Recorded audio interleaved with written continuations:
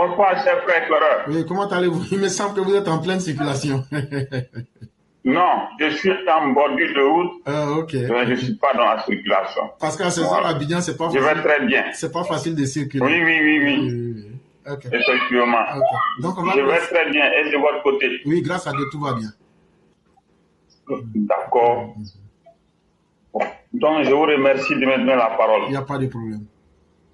Alors, je vais m'exprimer sur l'un des sujets que vous avez évoqué, notamment Tidiane Thiam qui est en train d'emmener la violence au sein de la FESI.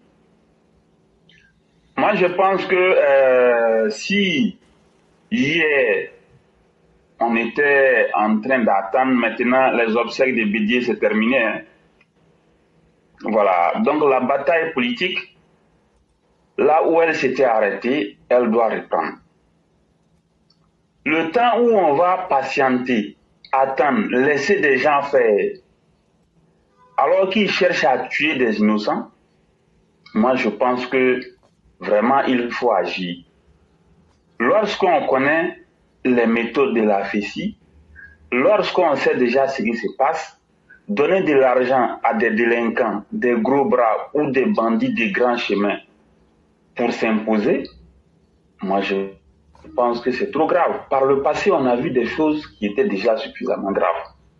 Donc aujourd'hui où nous sommes arrivés, nul n'est au-dessus de la loi. Hein. Personne n'est au-dessus de la loi. Quelqu'un qui instrumentalise des gens, qui donne de l'argent à des loubas, à des délinquants, pour aller tuer des innocentes personnes, moi je pense que le procureur est là, la justice, pourquoi la justice fait pas son travail? On ne va pas s'asseoir et regarder. Parce que tout ce qui est en train de se préparer, c'est connu.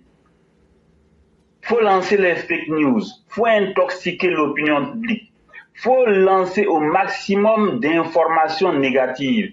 Et après, il faut louer des bandits pour semer le chaos. C'est ce qui s'est passé du côté de Port-Boué. Port-Boué, selon ce qu'on a appris, c'est des délinquants qu'on a loués et pour aller semer la zizanie là-bas. Et selon des sources formelles, c'est l'opposition.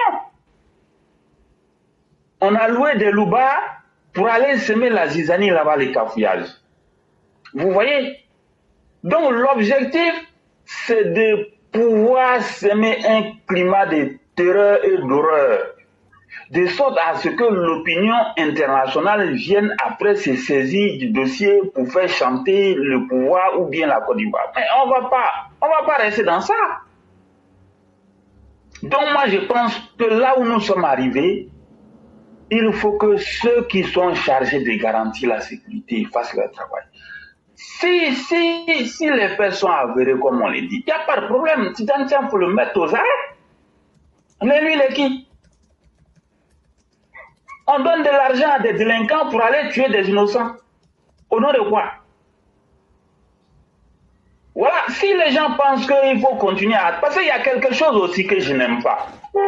Il y a quelque chose que je n'aime pas du tout. On ne peut pas être là en train d'observer. On a vu ici en 2020 ce qui s'est passé. On a donné des armes à des gens. Ils sont allés tuer des innocents à Dabou. On a donné du pétrole à des gens qui sont allés incendier des magasins. On a donné des machettes, des haches, des fusils calibre 12 à des voyous qui sont allés couper des arbres pour faire tomber sur des innocentes personnes qui étaient dans la circulation. Les gens sont morts. Il y a eu plus de 100 morts. Mais où en sommes-nous avec les sanctions? Il n'y a rien eu. Ce sont les mêmes méthodes qui reviennent. Et on est là, on regarde. Pour quelle raison? Les commanditaires, là, il faut les mettre aux arrêts, on va avancer. Pourquoi il faut attendre? Ou bien dire non, attendez, laissez, on les voit, on sait pourquoi. Il faut attaquer le problème à sa racine. Moi, personnellement, je l'ai dit, mon objectif là, tolérance zéro mort. On ne va pas accepter que des innocentes personnes soient tuées et après on va compter des morts, ou bien après, c'est en ce moment on va se... Non! Pendant que les gens sont en train de donner de l'argent aux voyous ou aux délinquants, il faut les interpeller. Il faut les interpeller, il faut les auditionner. Il faut les mettre face à leurs responsabilités devant la justice. Ils vont répondre. On ne va pas rester là à attendre. Donc franchement, il faut que les gens prennent leurs responsabilités. Ce n'est pas à la veille des élections où il y aura un climat délétère que les gens vont commencer à courir dans tous les sens. Non, je n'aime pas ça. Les choses où après on court après la solution ou bien on joue les médecins après la mort, moi ça m'énerve. Hier, on a vu un numéro qui est tombé. D'après les gens, il y a un autre qui était en train de construire à côté. C'est en creusant que finalement il a tellement creusé sans prendre des dispositions que l'autre immeuble est tombé.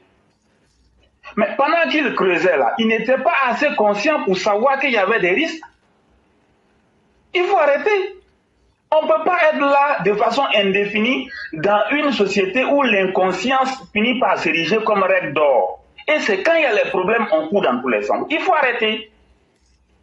On ne va pas accepter. Donc si les gens savent qu'il y a des gens qui sont en train de donner de l'argent à des délinquants, des loupards, des voyous, pour aller tuer des personnes, il faut les mettre aux arrêts, on va avancer.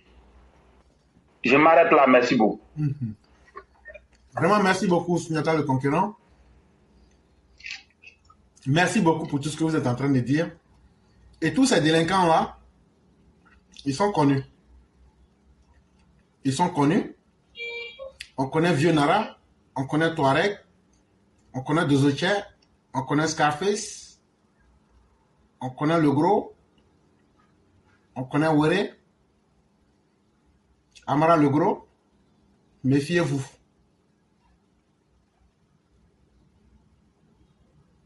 On connaît Général Vipère, on connaît Mandela, on connaît Vipère, on connaît Faras, on connaît Mandela. Méfiez-vous. C'est tout ce que je peux dire. Et vraiment, merci beaucoup. Je vous remercie beaucoup également.